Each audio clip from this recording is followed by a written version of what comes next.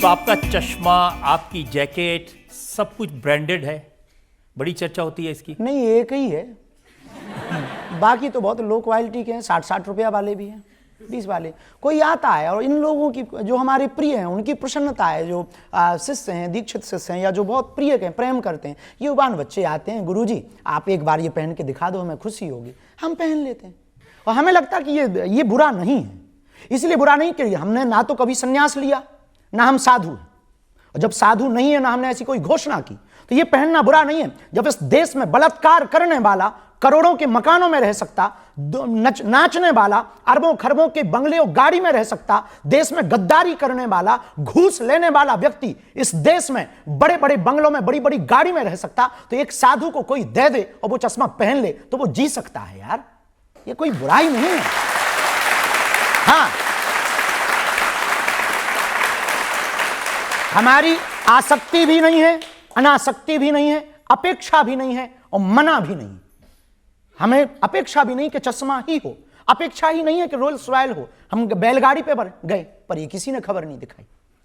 हम महाराष्ट्र में बैलगाड़ी पर गए, वहां पर पूरा कीचड़ मच गया था, नहीं थी जाने की व्यवस्था, हम बैलगाड़ी पर कथा करने गए, वो खबर किसी ने नहीं दिखाई। हम साइकिल पर चले, वो खबर किसी ने नहीं दिखाई।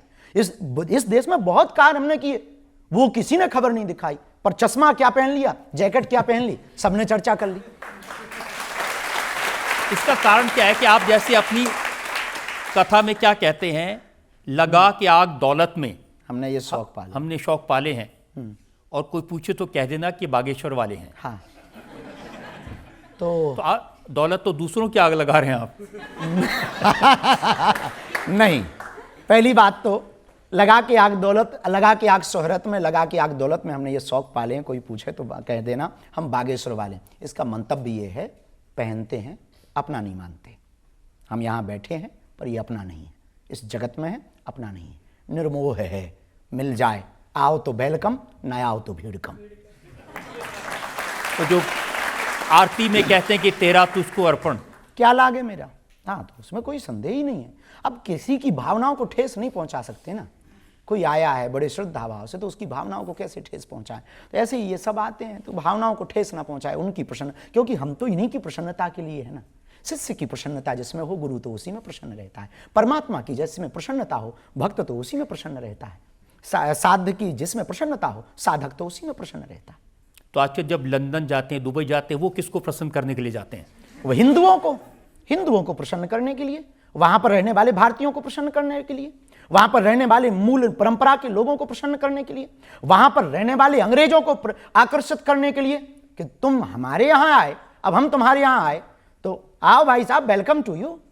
तो क्या बुराई है? हमें नहीं लगता कि ये बुराई, जाना ही चाहिए, साधु को जाना चाहिए, ताकि हमारी परंपरा का प्रचार हो, हमारी संस्कृति का प्रचार हो। पर एक बात हमारी पक्की है, विचार भले ही नए लेकर चलते हैं, संस्कार पुराने लेकर चलते हैं।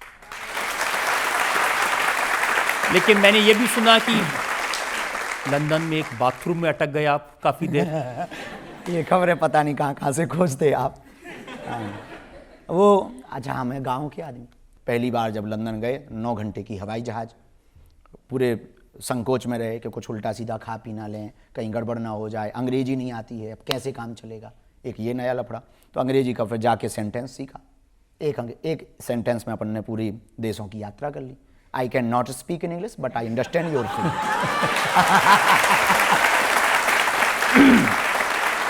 अब जैसे ही हम लंदन उतरे तो हिथ्रो से एक जगह है बेम्बली, तो बेम्बली में चेला जजमान लेने आए, फूल माला चढ़ाई, हमने आशीर्वाद दिया, तो घर लेवा गए, बोले महाराज ये घर है।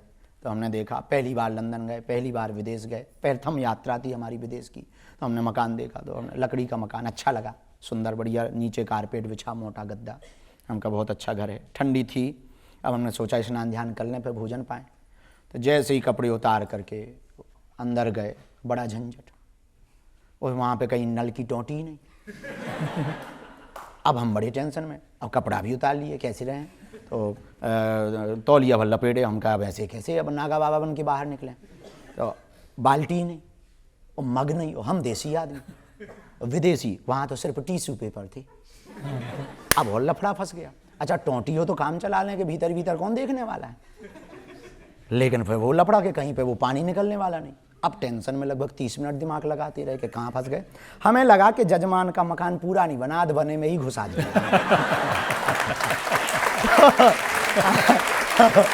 फिर जो बटन लगे तो हमने कहा बटन है तो मतलब कुछ ना कुछ तो लफड़ा है।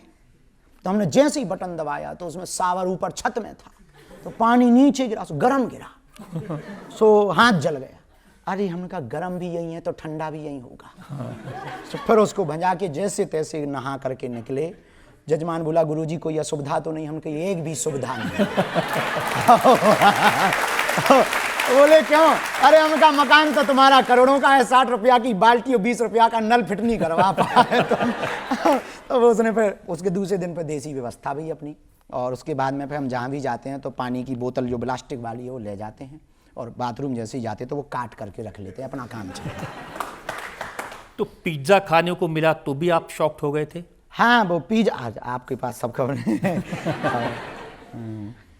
पिज्जा वहाँ कथा हुई तो यजमान जी और जो सब लड़के बहुत अच्छे मिल गए, हिल मिल जुल गए, और भाव प्रभाव देख करके, कथा देख करके, दरबार देख करके हमने बढ़िया हनुमान जी का नाम लेके 2-3 दिन में जहाँ हनुमान जी ने पूंछ घुमाई तो कुछ अंग्रेज भी चेला बन गए, वहाँ के लोग भी फिर समझ गए हाँ ठीक है बाबा बहुत अच्छा है। तो गाड़ियाँ ले करके एक दिन बोले गुरुजी चलो लंदन घुमाते हैं, कुछ दिखाते हैं। तो एक वहाँ के महाराज जी भी थे वो भी गए, त्यागी जी भी थे वो भी गए। तो गए तो बोले आपको हम पिज़्ज़ा खिलाते हैं। हमने तो कभी खाया नहीं था। तो हम जैसे ही उतरे तो उस पर लिखा था पिज्जा हट। तो हमने कहा कि इसमें तो लिखा है हट। उन्होंने कहा हट का, बोले हट का मतलब मकान होता है। और हमने जब गोरी मेमन को देखा वो पिज्जा ऐसे प्लेट में धरे हो खाएं, लंबी सी वो भाई वो सफ़ेद सफ़ेद हमने देखा।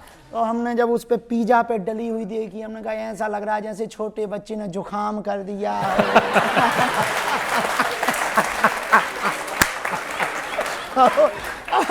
हमने कहा ये क्या है? बोले यही पिज्जा है।